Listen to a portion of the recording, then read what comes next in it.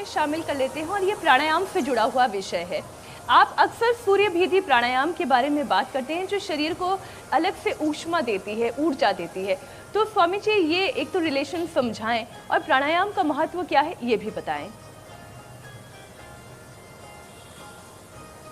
तो देखो, प्राणायाम का महत्व ये है कि प्राण वो हमारे पंच प्राणों का, पंच उपप्राणों का, पंच ज्ञानेंद्रियों का, पंच कर्मेंद्रियों का, पंच महाभूतों का और पंच महाकोशों का आधार है प्राण।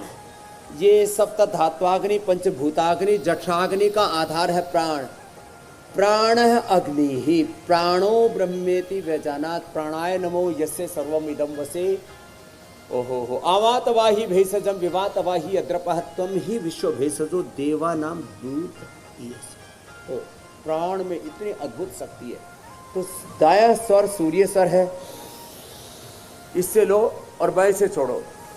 अब तो सूरज पूरी प्रखरता से मुखरता से उदित हो गया है, उसका तेज भी हम पर आ रहा है और ये दाएं तरफ से ये अब सूर्य अभिमुख होकर के अब हमारे सामने सूरज बहुत अच्छा आ रहा है।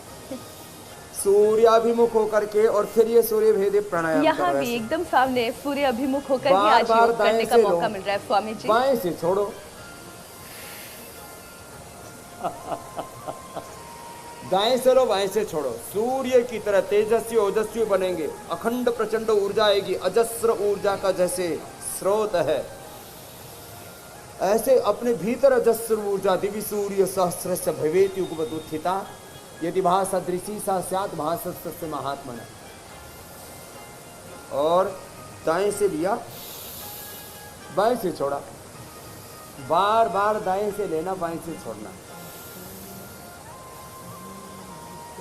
और फिर चेहरे पर, बालों पर, पूरे शरीर पर जहाँ जहाँ सूरज की ऊर्जा पड़ती है ना, वो प्रकृति में सप्त रंग इस सूरज के कारण से ही आते हैं। सारे स्वाद, सारे रस सूरज के कारण से आते हैं। मीठा, खट्टा, सब सारे स्वाद, सारा पोषण सूर्य से आता है। सूर्य ना मिले फसलों को, पेड़ पौधों को, वनस्पतियों को तो सब निस्तेज हो जाएंगे। सूरज ना मिले इंसानों को और जीव जंतुओं को, गाय भैंस आदि भेड़ बकरियों को, बीमार हो जाएंगे, मर जाएंगे। तो सूर्य हमारे जीवन का आधार है। तो सूर्याभिमुख होकर के तो प्राणायाम करने का और सूर्यमुखी करने का, इससे तो कफ, कोल्ड, अस्थमा, हार्ट के ब्लॉकेज, ओबेसिटी, लो इम्यूनिटी, ये तीन बड़ी प्रॉब्लम खत्म। कितना जबरदस्त है। और कभी भी फिर डिप्रेशन अवसाद तो होगा ही नहीं, जीवन में नैराश्य, कुंठा, हताशा, उदासा, मायूसी आएगी नहीं। कितनी महिमा है इसकी सूर्य भेदी प्राणायाम की। बार बार दाएं से लेना, बाएं से छोड़ना, थोड़ा होल्ड भी कर सकते थे। ये सूर्य भेदी प्राणायाम की महिमा बड़ा महिमाशाली है। जिनको फिर पित्त बढ़ा हुआ हो, उच्च रक्तचाप हो, तो चंद्र भेदी बाएं से लेना, थोड़ा होल्ड करना, दाएं से छोड़ना। और नाड़ी शुद्धि है, बाएं से लिया, थोड़ा होल्ड किया, 10, 20, 30 सेकंड होल्ड करें, फिर दाएं से छोड़ा, फिर दाएं से लिया, थोड़ा होल्ड किया, बाएं से छोड़ा। ये तीन बंद है तो अनुलोम विलोम तो जालंधर बंद लग जाता है। और जब बाह्य प्राणायाम करते हैं तो तीनों बंद एक साथ लगते हैं। नाभि से नीचे वाले भाग को खींच के रखना, मूर बंद, पेट को खींच के रखना, उड्डयन बंद,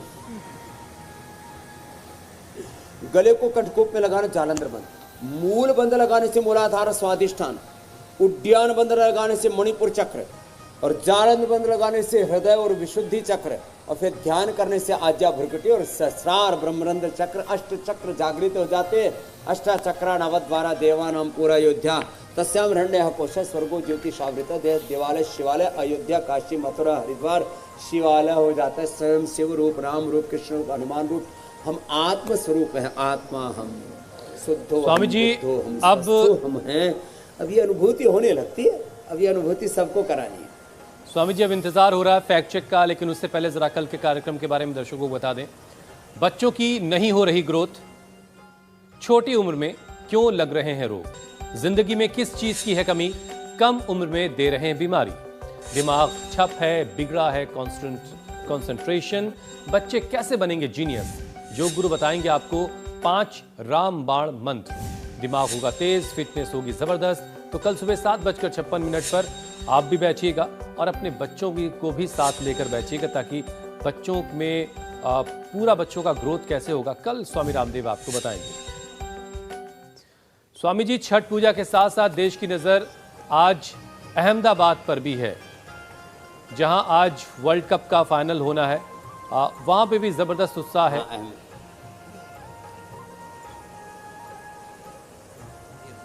उत्साह अहमदाबाद में भी है और उत्साह पूरे हिंदुस्तान में है। छठ पूजा का भी महोत्सव है और उत्साह में फिर हवन पूजन भी चल रहा है कि देश की विजय हो, सबकी जय विजय हो। तो भारत तो जीते ही गए और विश्व विजेता बनेगा ही, और विजय के लिए हवन भी चल रहा है। लेकिन हवन के बारे में कुछ लोग कहते हैं इससे मिर्गी ठीक हो जाती है। केवल हवन से तो मिर्गी ठीक नहीं होगी, लेकिन इससे फायदा जरूर होगा। और उसमें भी ब्राह्मी, शंखपुष्पी, उस्तकदुस, गाजवान, ज्योतिषमती आदि डालते हैं, गुग्गल गाय का घी डालते हैं और फिर हवन करते हैं। तो ये मेधाइष्टि से हवन करने से मस्तिष्क के जो न्यूरॉन्स हैं, स्नैप्स हैं और उनके जो सिग्नलिंग है, हमारा पूरा central nervous system, peripheral nervous system, pituitary pineal gland और ये सब मेडुला सब अच्छे हो जाते हैं, पॉजिटिव हार्मोन्स निकलते हैं। तो गाय का घी और ये मेधाइष्टि, इसकी जो सामग्री है, जब उसमें ऐसे डाल करके हवन करते हैं तो ये नैनो मेडिसिन होकर के हमारे भीतर जाता है। साथ में यदि इम्यूनोग्रिट, मेमोरी ग्रिट, मेधा ओमेगा ले लिया, प्राणायाम साथ में कर लिया, तो मिर्गी से मुक्त हो जाएंगे। तो केवल हवन करने से मिर्गी से मुक्त नहीं होंगे, इससे जो है पॉजिटिव एनर्जी मिलेगी। ये प्रिवेंशन का काम जरूर करेगा, लेकिन पूरा उपचार करेंगे तो मिर्गी से मुक्त हो जाएंगे और सब प्रकार की दिव्यताओं से युक्त हो जाएंगे, क्योंकि अग्नि देवताओं का मुख है और इससे सारे देवताओं की प्रसन्नता, अपने इष्ट अभिष्ट की सिद्धि भी होती है। और हवन पूजन करके बाद में क्या बोला था इसको, ठेकुआ। अब ये ठेकुआ तुम खाओ बेटा, तुमने बहुत सुबह से आप ठेकुआ खाइए स्वामी जी, और ठेकुए का हवन प्रसाद पूजन दीजिए। का स्वामी जी आपने जिक्र किया, तो बहुत बहुत प्रणाम। हवन पूजन तो लगातार पिछले कई दिनों से हो रहा है। प्रणाम स्वामी जी, सबको आशीर्वाद। भारत की जीत के लिए इसी के साथ स्वामी जी प्रणाम। बहुत बहुत शुक्रिया स्वामी जी।